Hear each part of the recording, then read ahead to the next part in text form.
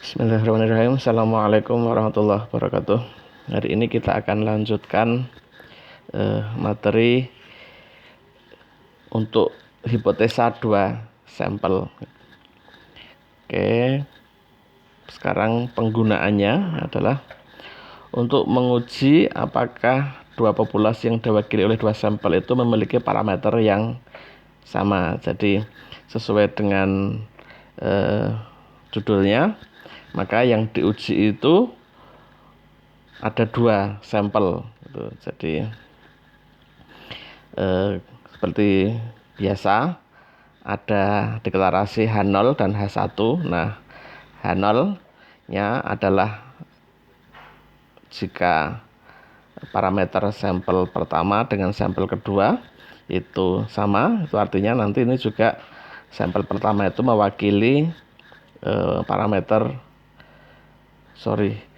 ini berarti statistik ya.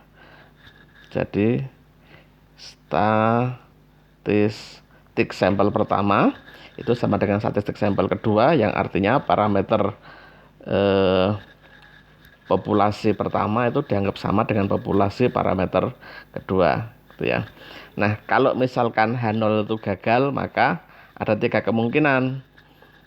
Apakah menggunakan tes 2 arah, kanan dan kiri diuji, apakah menggunakan arah kanan, dan apakah menggunakan arah kiri seperti kemarin. Jadi tergantung pertanyaannya gitu ya. Oke, kemudian seperti biasa ada Z calculation-nya. Ini adalah rumusnya. Jadi sampel pertama dikurangi sampel kedua dibagi akar ini ya.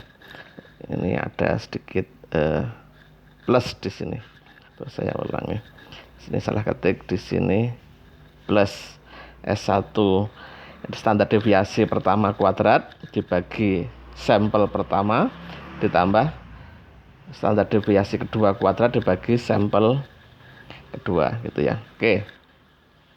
Biar tidak terlalu membingungkan, kita menggunakan contoh kasus gitu ya, contoh soal.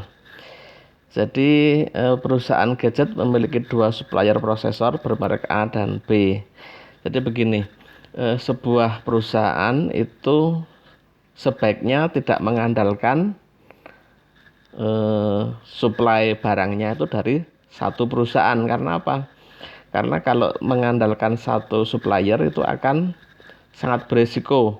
Kalau supplier itu misalkan gagal gitu, maka perusahaan Anda ikut gagal gitu. Maka minimal 2.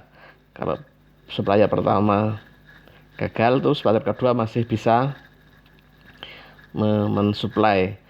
Lebih baik lagi, makin banyak makin bagus. Nah, nanti kalau misalkan supplier lebih dari 3 itu ada namanya ANOVA. Jadi sampel 2 hipotesisnya nanti diganti menjadi ANOVA, Analysis of Variance, itu untuk menguji jika sampelnya lebih dari 3 dan lebih dari itu namanya Analysis of Variance. Oke, yang hari ini kita gunakan jika ada 2 supplier gitu ya. Maka digunakan 2 sampel hipotesis. Ini contohnya. Jadi ada gadget yang memiliki 2 supplier, prosesornya merek A dan B gitu gampangnya. Kemudian parameter yang diukur adalah mean time before fail. Ini M. Jadi F-nya ini kurang before failure. Failure itu istilahnya. Jadi MTBF, mean time before failure, itu rata-rata umur gitu aja. Jadi umur pakai sebuah prosesor itu diistilahkan dengan MTBF misalkan gitu ya. Merek A memiliki spek 2800, memiliki uji 2800 jam, standar deviasi 200 dengan sampel sebanyak 35. Merek B MTBF-nya 2750 jam, standar deviasinya sekian, dan sampelnya yang digunakan sekian. Nah, pertanyaannya, dengan uji 5%, apakah MTBF A dan B sama. Karena apa? Karena kan Anda harus memastikan bahwa spek yang Anda gunakan untuk gadget itu harus sama toh, karena Anda akan menjual dengan merek yang sama gitu. Jadi harus dipastikan bahwa kualitas-kualitas jeroannya itu sama, karena nanti juga akan ditanam dalam merek yang sama. Walaupun suppliernya berbeda, itu harus sama kualitasnya. Nah, cara ngetesnya sebagai berikut. Ini ujilah dengan ini apakah sama, ini berarti uji dua arah. Dari sini kan sudah ketahuan apakah A sama dengan B itu dua arah. Nah, kalau apakah MTBFA yang nampaknya lebih besar ini kan dengan ini kan nampak lebih besar, ini dapat disimpulkan lebih besar, itu berarti ini arah kanan. Berarti ini uji arah kanan nanti. Berarti yang kalau lebih kecil, yang B ini nampak lebih kecil, ini berarti uji arah kiri gitu ya. Oke, kita akan mulai dengan yang nomor 1. Jadi yang harus kita lakukan pertama adalah Z calculation dulu. Z calculation sesuai dengan rumusnya. X1 min X2 dibagi akar dari standar deviasi pertama kuadrat dibagi N1 ditambah standar deviasi kedua kuadrat per N2.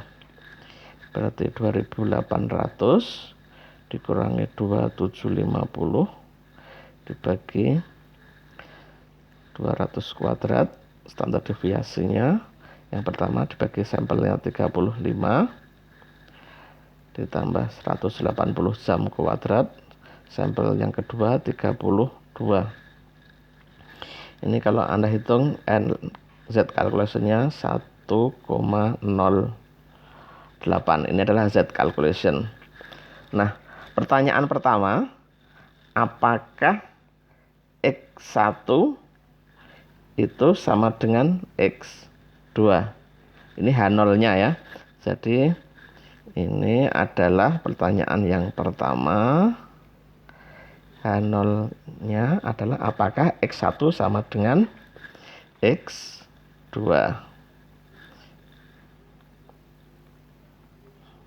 Gitu. Nah, ngujinya karena dua arah, maka Anda gunakan 5% dua arah. Anda lihat ke tabel yang PowerPoint yang satu sampel masih digunakan itu untuk dua arah. Di sana kalau alfa sama dengan 5%, itu batasnya Anda lihat di sana, Anda sambil ingat ya cara baca tabel, itu kalau 5% itu 1,96 dan min 1,96. Kalau berada di daerah accepted area berarti H0 diterima. Kalau berada di luar berarti H0 ditolak masuk ke H1. Kebetulan 1,08 itu masuknya ada di sini. Berarti H0 diterima. H0 accepted. Artinya apa? Artinya walaupun nampaknya berbeda angkanya 2800 dengan 2750 kan nampaknya berbeda. Tetapi secara statistik dia dianggap perbedaannya itu tidak signifikan. Jadi masih diterima. Berarti H0 diterima, accepted, bahwa prosesor A dengan prosesor B sama mean time before failure-nya ya. Oke. Yang kedua, apakah prosesor A lebih besar dari prosesor B? Nah, ini namanya uji kanan. Nomor 2, uji kanan 5%. Uji kanan alfa 5%. Anda lihat di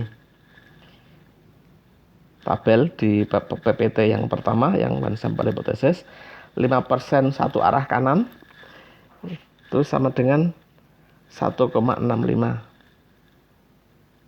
1,65.